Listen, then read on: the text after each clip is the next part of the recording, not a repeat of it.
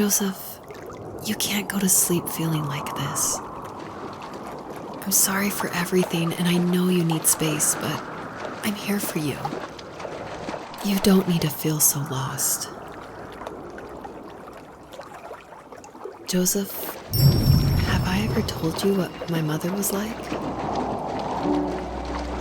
Hello, my name is Elise Whaley, and I was the voice actress for Rachel. I'm also David's wife, so that was convenient for working together.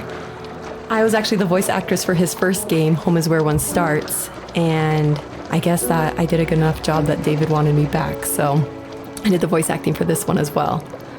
David definitely coached me through it because I'm pretty inexperienced when it comes to that. Home is Where One Starts was my first time ever doing voice acting of any kind. And we watched a lot of trailers of movies we liked to get the voice right of female leads who were talking in the trailer and try to mimic that and bring that into the game. So that had the right kind of feel and the right kind of atmosphere for the voice. My character actually is the same character from Home is Where One Starts. If you've played that game, you probably connected that together. And this is her probably about 15 years later, maybe 20 years later, in this game. I was happy to revisit the character of Rachel. We kind of leave her in an ambiguous spot in Home is Where One Starts. It definitely ends on a hopeful note, but there's not a lot of details.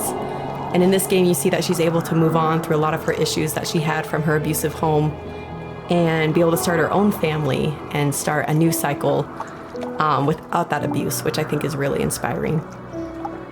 You know what it's like not to have a mom at home. And you know how hard that made my childhood. What helped me was watching the birds in the morning before the school bus came. I thought that my mother was one of those birds, and it made me want to be free like her. My mom taught me how to fold origami cranes while she was in the hospital. So I told myself I would fold one every day until I could fly myself. I think we both have always loved animals, and for me that love started with a dog. Sometimes this Rottweiler would come up to our property line and wait at the fence for me, but only once in a while. I was sure to check every day immediately after school, and it usually ended in disappointment. I would even steal money from my passed-out dad just so I could buy these off-brand dog biscuits. Even when she did stop by, she never went beyond the fence. Why was she so scared?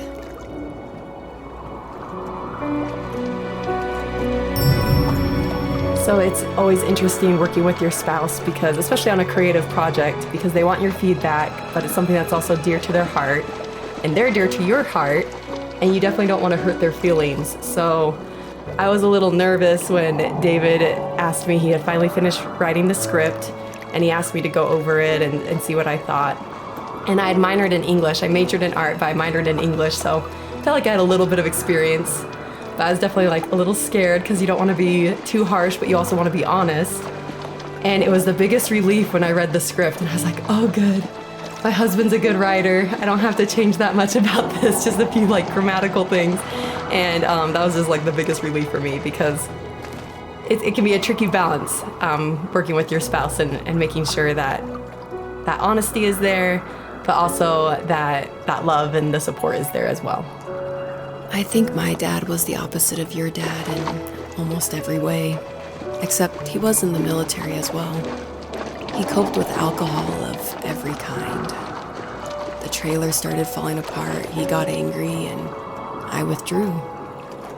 More and more, I became the weird, quiet kid who made lots of origami birds and carried dog biscuits around. I think we were pretty similar when it came to being the weird kids. And that same sincerity in college was one of the reasons I was so drawn to you. Life got worse and worse, and at one point, I really didn't think I could survive another day with my soul still intact. I had no real friends, let alone neighbors, since we lived in the middle of nowhere. I should have talked to my teacher, but I was scared what he would do if he found out. As I waited for the school bus one morning, I walked around until I found something in an abandoned shed. Something I can't put into words.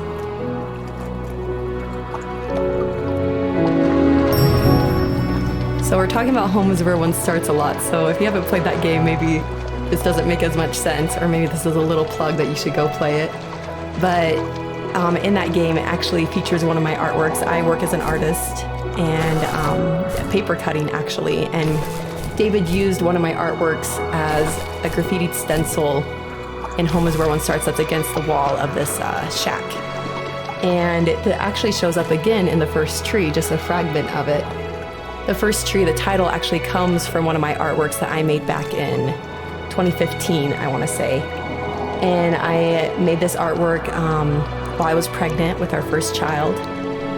And it had a lot of meaning for me, and David actually helped me come up with the title. And he asked, because I was really struggling, I was like, I have no idea what to call this, and I always go to David for title ideas and to bounce ideas off of him, and that's like the only way I can ever come up with a title is by talking with him.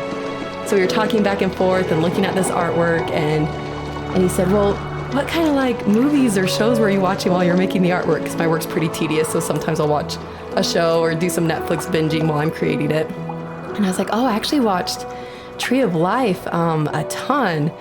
And then we're like, Tree of Life. And we started thinking more about that, and then arrived at the first tree. So it started off as one of my artworks and then became a part of David's art, which I think is really cool that we were able to share that title. I summoned courage I didn't know I had, and I broke into my dad's room and found the key to the shed where he had locked my bike. I'll never forget that feeling, of the wind rushing by my ears as the sun rose over fields of wheat. I was flying for the first time. I biked as far as my legs could take me until I found a house that felt friendly, and that felt like home. Those strangers helped me in so many ways. And if it wasn't for them, I wouldn't have found my foster family. And if it wasn't for my parents, I wouldn't have met you. You have strength, Joseph, and you're not as alone as you think. It's all just so pointless. Just waiting for life to happen. It's like having the home I always wanted is cursed out of my reach. The thought of being a parent myself. How could I do that when I couldn't even be a good son? I'm sorry. I know what you're saying. I just don't know how things will work out. These quiet hours will turn into years. We'll wonder which roads passed us by. Then we'll forge a new road together. Besides, I discovered for myself that one fateful morning where any hopeful road leads to. There may be thorns and mist, but it always leads to the same thing. And what's that? Family. I'm so glad that you're part of my family, Rachel. And I'm glad you're part of mine.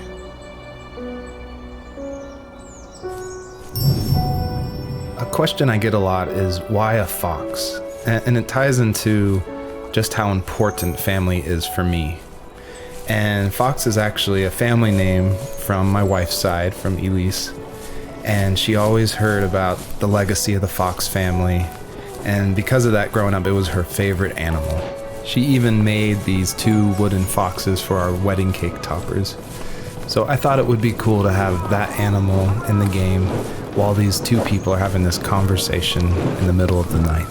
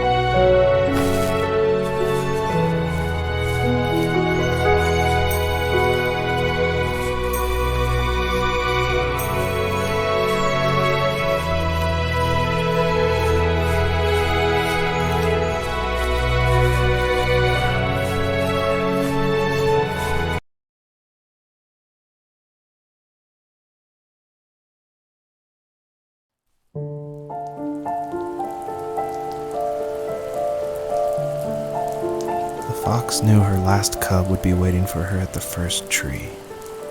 She was almost there. The rain cascaded onto the jade valley where the entrance to the tree was.